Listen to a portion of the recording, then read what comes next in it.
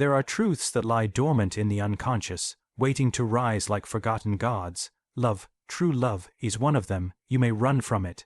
You may bury it beneath reason, fear, or pride, but it will haunt you. It will reappear in dreams, in symbols, in the eyes of strangers, because true love is not a feeling, it is a summons, one that speaks the ancient language of the soul. True love does not arrive with grand declarations or romantic ideals. It comes quietly, often disguised as something familiar and yet utterly mysterious. It emerges from the unconscious, where the forgotten pieces of our being reside, and when it meets its counterpart in another, something ancient stirs within us. In that moment, we are not merely meeting a person, we are encountering a reflection of the self we have not yet fully known. The one we love deeply often mirrors back to us the parts of ourselves we have buried, our tenderness, our vulnerability, our unspoken longings. They awaken in us the innocence we thought was lost, the fire we thought had died. In their presence, we begin to remember who we truly are, not the persona we wear to navigate the world, but the soul that longs to be seen and embraced without condition. This mirror can be beautiful, but it is also terrifying, because it shows us both light and shadow. It reveals not only our capacity for joy, but also our hidden wounds, our unconscious fears, the places in us that have not yet been healed. We may try to blame the other for this discomfort, but in truth, they have simply opened a door to the deeper recesses of our being. True love calls us to honesty, not just with the other, but with ourselves. It is not satisfied with surface connection. It demands depth, integration, wholeness, and the moment we look into the eyes of the beloved and see ourselves reflected there, raw and unmasked, we are faced with a choice, to turn away in fear or to step forward into transformation. This is why so many flee from real love, not because it is unworthy or weak, but because it is powerful. It sees what we hide, and it refuses to play along with the stories we tell to feel safe. It breaks us open in order to make us whole. And in this breaking, we discover the one truth that cannot be denied, that the soul does not seek comfort, it seeks truth. And true love, in all its mystery and madness, is one of the most profound truths we will ever face.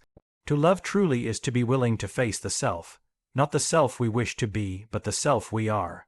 And when someone sees that self and does not turn away, when they hold it with presence and reverence, that is when we know we have encountered something sacred. We have looked into the mirror of love, and we have seen eternity staring back. The soul moves in silence, long before the mind dares to speak. It sees through time, beyond reason, past all the veils we use to shield ourselves from truth. When true love stirs, it is not a product of logic or planning.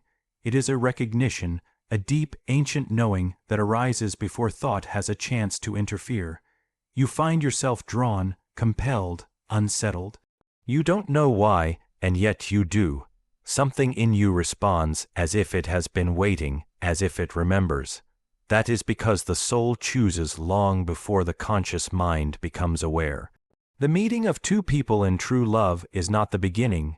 It is the remembering of a choice made in a place where words do not reach. The moment may seem accidental, serendipitous, or chaotic, but beneath it lies design subtle, invisible, sacred. The soul is not concerned with timing or compatibility or appearances. It is concerned with truth, and truth often arrives in ways that dismantle the life the mind tried so hard to build.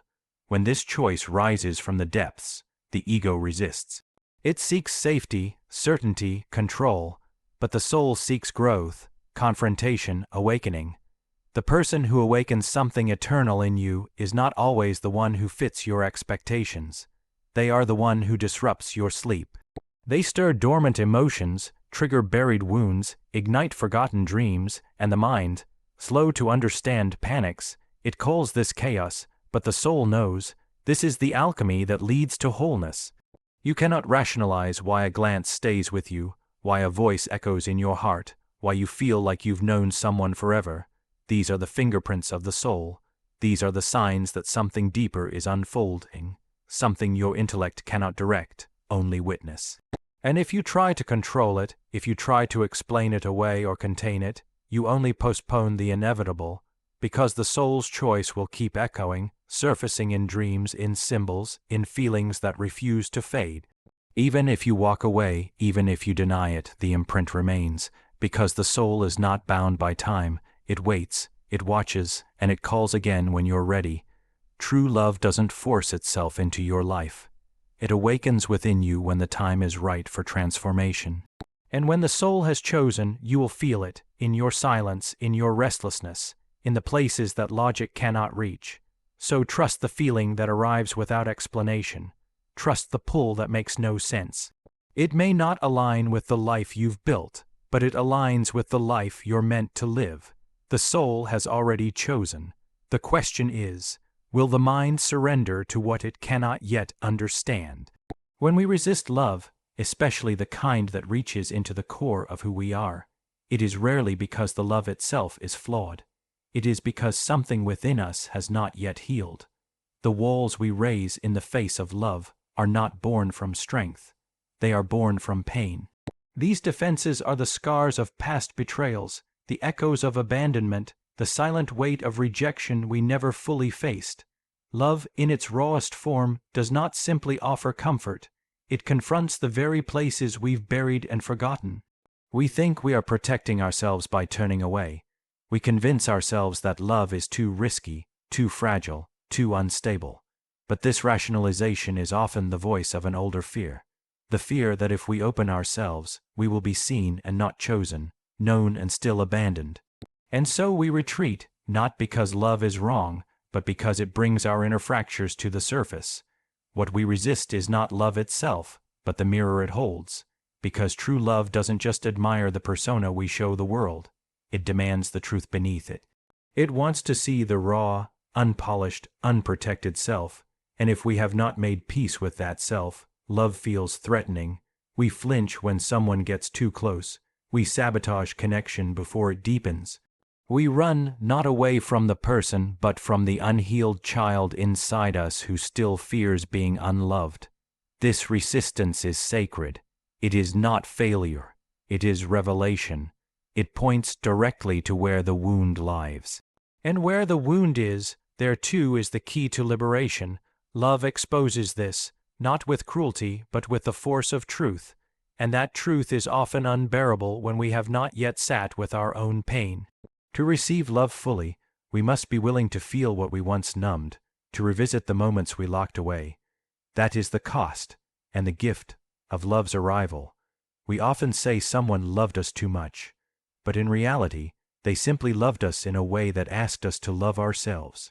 And if we had not yet learned how, their love became unbearable, so we pushed it away. We made them the enemy because facing our own inadequacy was too painful, but the wound remained. And until we turn toward it, we will resist again and again, love after love, mirror after mirror.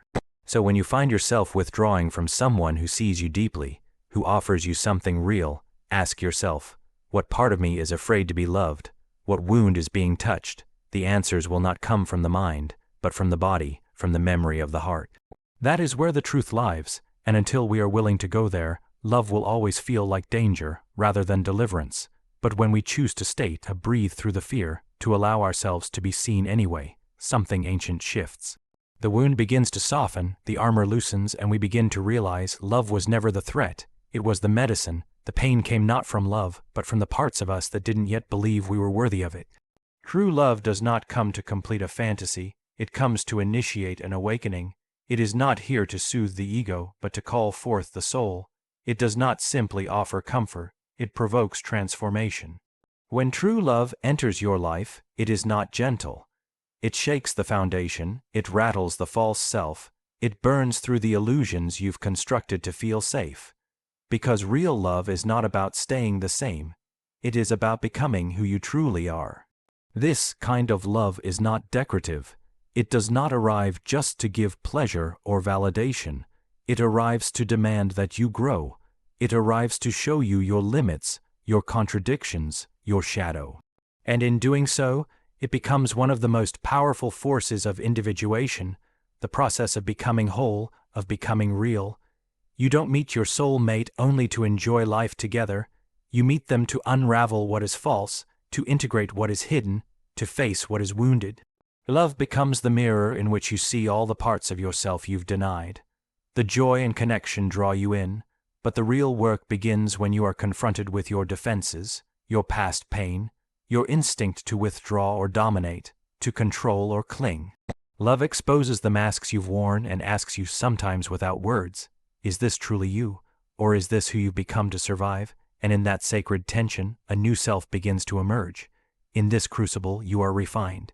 You begin to notice how love triggers old patterns, the need for approval, the fear of abandonment, the inability to receive. You see how often you trade authenticity for affection, or lose your voice just to be chosen. True love does not allow this to continue. It does not settle for the surface. It pulls you deeper, and sometimes that means pulling you apart. To individuate through love is to understand that the other is not your possession, your savior, or your project. They are your mirror. They are not here to fulfill you, but to reveal you. They are not here to complete you, but to reflect the unfinished parts of your soul. You are not meant to merge into sameness. You are meant to become fully yourself in their presence. And they, too, are transformed by your truth. This is why true love is never easy. It requires presence. It demands confrontation. It asks you to stay when you want to run, to speak when you want to hide, to hold space when it would be easier to control. It asks you to die, not physically, but symbolically, to the old self who lived only to be liked, and to be reborn as someone who can love and be loved without distortion. Individuation through love means that the relationship is not a destination, but a vessel, a sacred container in which both people are stretched, broken open, and reformed. It is not about keeping peace at all costs. It is about creating truth, and the price of that truth is everything false within you. And so, if love has entered your life and shaken you, count it as a blessing. If it has brought confusion, pain, vulnerability, good, that means it's real. That means it has touched something eternal. You can try to numb it, resist it, or reduce it to something ordinary, but if it is true, it will not let you go unchanged, because true love is not a retreat from the self. It is the invitation to meet the self, fully, courageously, irrevocably. It is not the end of your becoming. It is the fire in which your becoming begins. You can walk away. You can block the number, move cities, change routines. You can bury the memories beneath new relationships, louder distractions, a calendar so full that silence never catches up with you. And yet, there it is, in the quiet, in the in-between, in the corners of your dreams. They remain, not as a person you simply loved, but as a bond your soul once recognized. Because when the connection is real, when it reaches the archetypal depth of true love, it cannot be severed by time, distance, or denial. You may leave the person, but you do not leave the bond. This bond is not something forged merely in shared experiences or romantic chemistry. It is something older than both of you. It's a thread that pulls from the unconscious, a convergence of two inner worlds that once collided in perfect imperfection. It is not only the presence of the other that leaves a mark, it is what they awakened within you.